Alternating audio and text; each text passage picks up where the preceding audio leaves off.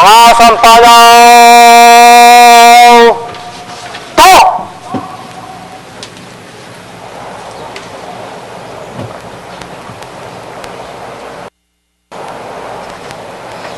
Please be seated.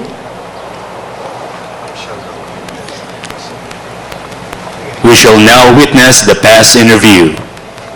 Kalipunan sumalikod ko. Kad!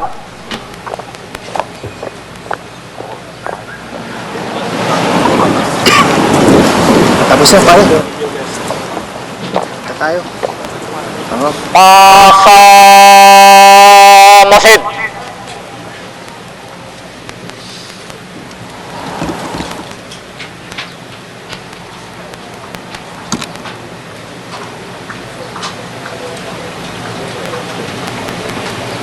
Harap sa kanan! Hop! Harap sa kanan!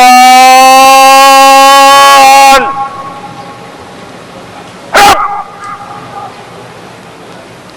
Sa kanan, balikat!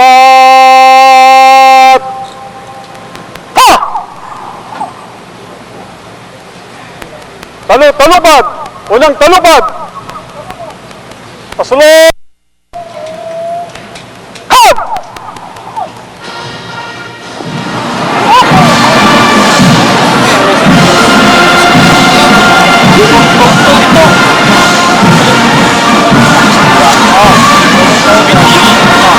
May we invite the Honorary General Deliosa Sir to the honor stand for the passing review.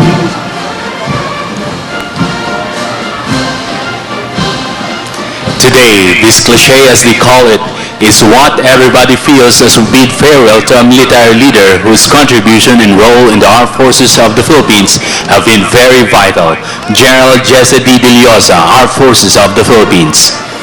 As he vows out of the military service, he now leaves behind years of hard work and faces a well-deserved vacation free from pressures. On the other hand, as General Deliosa relinquished his position, he is assured that his successor, Lieutenant General Emmanuel T. Bautista, will continue what he had worked on and even make the armed forces of the Philippines soar towards greater achievement. General Deliosa, sir, we wish you all the best. Congratulations, more power, and Godspeed. Gentlemen, presenting to you the officers and men of the Armed Forces of the Philippines as they pay tribute to our honoree, General Jesse D. Deliosa, Armed Forces of the Philippines. Passing before the grandstand is the Troop Commander, Major General Virgilio Domingo, his staff, Colonel Raul C. Vinoya, Colonel Manolo M. Samarita, Captain Ruby F. Fajardo, Colonel Jesus H. Calima, and Colonel Eduardo L. Libago. Following is the AFP composite band under the baton of First Lieutenant Peterson G. De Vera, Philippine Army. Following the band is the 1st Brigade Commander, Brigadier General Alfredo M. Andres, his staff, Lieutenant Colonel Arnold R. Corpuz, Lieutenant Colonel Leo A. Fontanilla, Lieutenant Colonel Ronald Ed Zaragoza, Lieutenant Colonel Pedrito C. Dulanas Jr., and Commander Benito B. Ante, Philippine Navy. Following is the 1st Battalion from the Philippine Army, represented by its Security Escort Battalion, led by Lieutenant Colonel his staff, 1st Lieutenant Ron Michael M. Surial, 1st Lieutenant Jonathan L. Francisco, 1st Lieutenant Jaime C. Derna III, and 2nd Lieutenant Michael T. First Company Commander, First Lieutenant Clyde Limuel M. Fortunato. Executive Officer, Second Lieutenant Eugene C. Sota. First Platoon Leader, Second Lieutenant Wilbert T. Siqueira. Second Platoon Leader, Lieutenant Roger L. Dacayos. Second Company Commander, First Lieutenant Alfredo G. Acosta. Executive Officer, Second Lieutenant Lloyd C. Francisco. First Platoon Leader, Second Lieutenant Denmark R. Sampaga. And Second Platoon Leader, Second Lieutenant Benjamin T. Canwell. Second Battalion comes from the Philippine Air Force, led by Lieutenant Colonel Otto Tomas Aquinas M. Pasha, his staff, Lieutenant Colonel Jimel D. Espino, Major Francis Karem A. Neri, Major Sherwin Agag, and Major Leopoldo Aserdin IV. First Squadron Commander, Captain Peter Jeff Presto. Executive Officer, First Lieutenant Melvin Comia. First Flight Leader, Second Lieutenant Aldrin Sirot. And Second Flight Leader, Second Lieutenant Wilson Nicolas.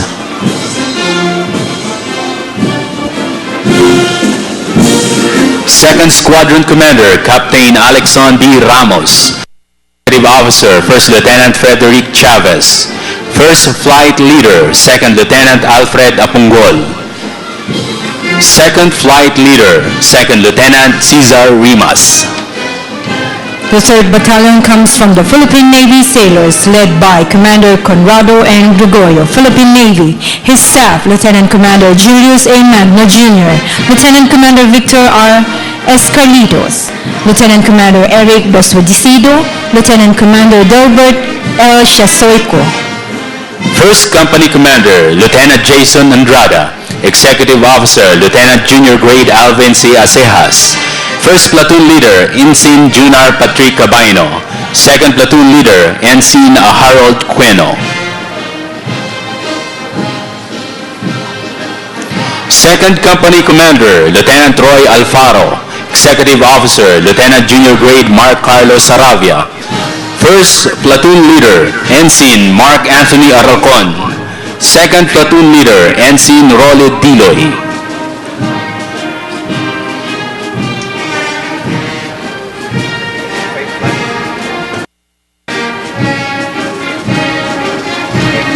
May we request the audience to please rise for the passing of the colors.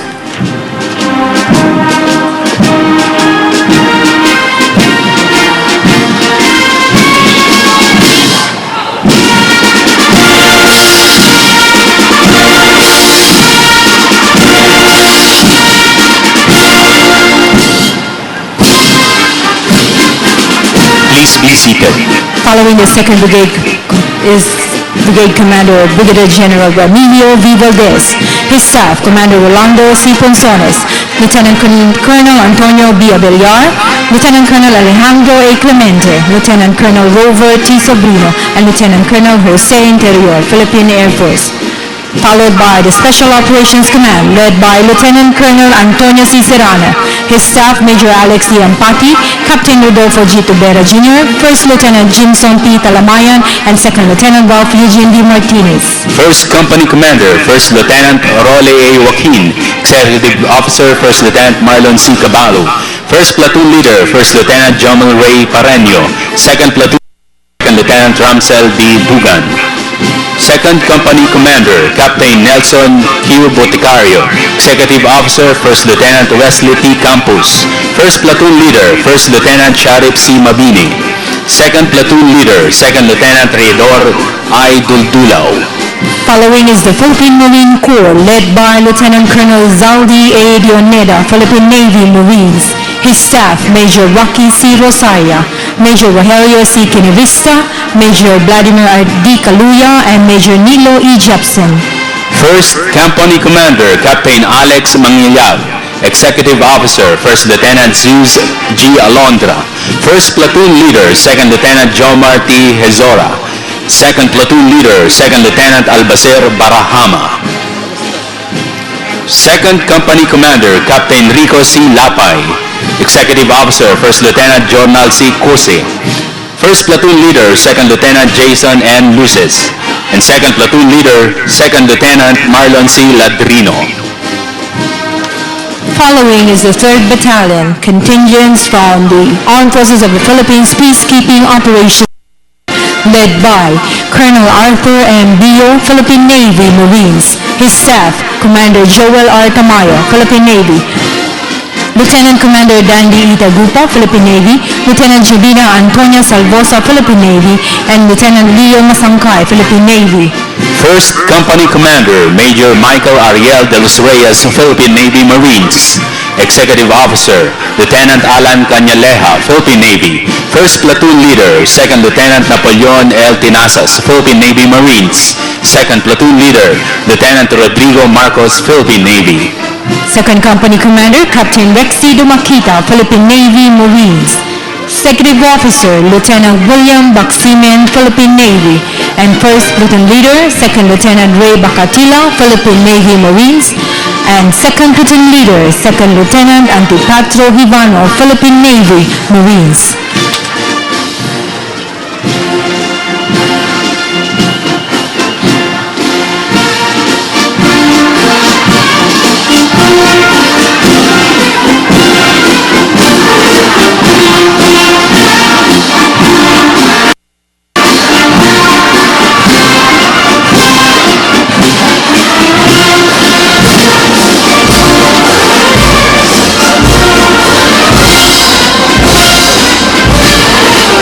You have just witnessed a segment of your armed forces pass before you. These are the officers, men and women who share the popular concern for sanctity of the constitutional processes and the safeguarding of individual liberties.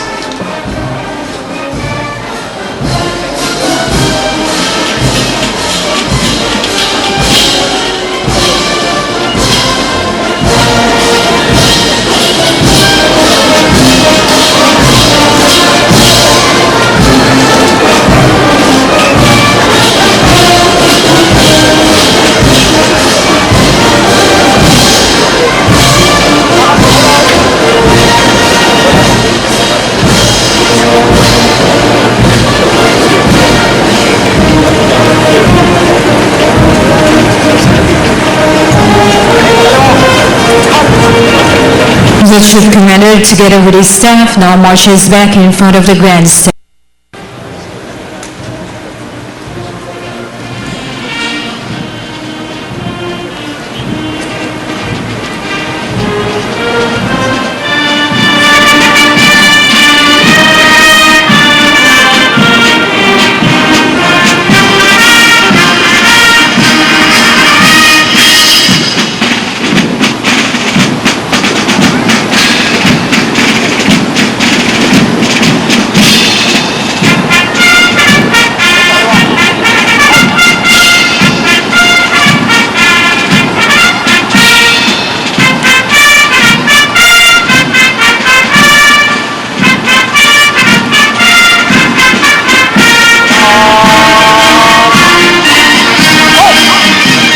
The Troop Commander, Major General Virgilio O. Domingo, will now report for the termination of this morning's review to the outgoing Chief of Staff.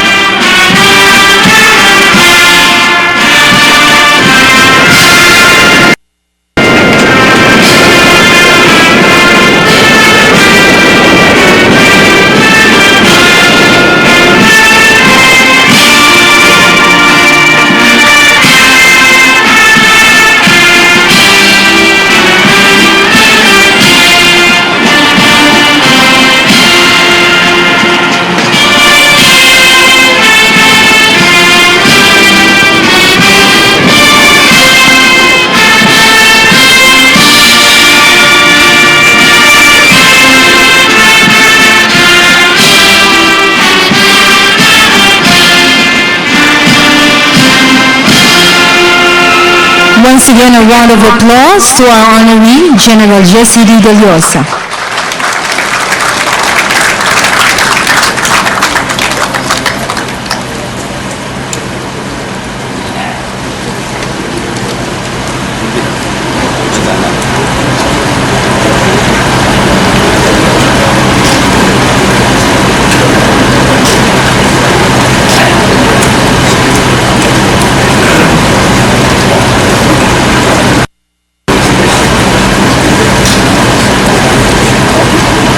Ladies and gentlemen, a round of applause to our President, the Troop Commander, and his staff.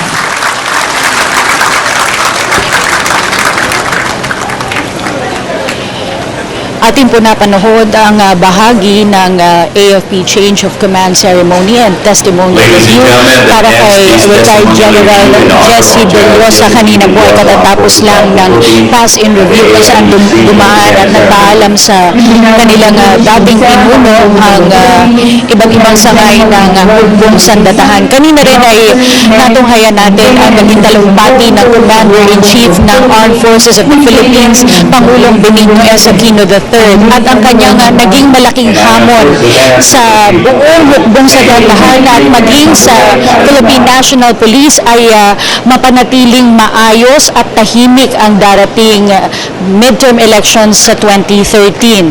Ayon pa sa Pangulo ay isang malaking hamon ito para sa hukbong sandatahan na i-uphold ang rule of law, ang saligang batas at protektahan ang boto ng mga mamamayan upang sila ng kanilang mga lehitimong leader. Pinapurihan din ng Pangulo ang dating pinuno ng Armed Forces of the Philippines, si General De Rosa, at ang kanyang naging programa sa kanyang panunungkulan bilang AFP Chief of Staff. Tiwala naman ng Pangulo sa magiging liderato ni bagong AFP Chief Lieutenant General Emmanuel Bautista. Anya, sigurado siyang tututukan ni Bautista ang kapakanan ng mamamayan at maging ng kapayapaan. Isa sa mga hamon ayon sa Pangulo na kailangang harapin ng bagong liderato ng Armed Forces of the Philippines ay ang kakulangan sa bilang at kasanayan ng personnel nito. Siniguro naman ng Pangulo ang karagdagang training sa ilalim ng liderato ni Bautista, maging ang modernisasyon ng mga equipment at karagdagang mga housing units. At mga kaibigan, kasama pa rin po natin ang tagapagsalita ng Armed Forces of the Philippines, Colonel Arnulfo Burgos Jr. Sir, ano pong reaksyon nyo sa naging talumpati ng Pangulo na binigyan niya ng hamon ang hukbong sandatahan para sa darating na halalan sa Mayo? Kathy, tinatanggap namin yung hamon ng ating Pangulo, ang ating Commander-in-Chief, at makakasiguro ating mga kababayan na lalo naming ipagpupursige ang pag-fulfill ng aming constitutional mandate at lalong-lalo na itong darating na eleksyon ay malaking papel ang gagampanan ng ating Armed Forces of the Philippines at nakatulong tayo dito sa ating Philippine National Police at sa COMELEC para masigurado natin na magiging mapayapa, tahimik at maayos ang ating halalan. Colonel Burgos, mensahe nyo na lang po sa ating manonood sa ngalan ng buong Armed Forces of the Philippines. Binabati namin ang outgoing Chief of Staff, the 43rd Chief of Staff of the Armed Forces of the Philippines, si General Jesse De Rosa, ng advance happy birthday at we would like to thank him for his utmost dedication and commitment and outstanding service to our Armed Forces of the Philippines. And dahil ang ating bagong Chief of Staff na si Lieutenant General Emmanuel Bautista na siya ang Chief Architect ng ating IPSP Bayanihan, now at the helm of the Armed Forces of the Philippines, we see a very bright future ahead for the AFP.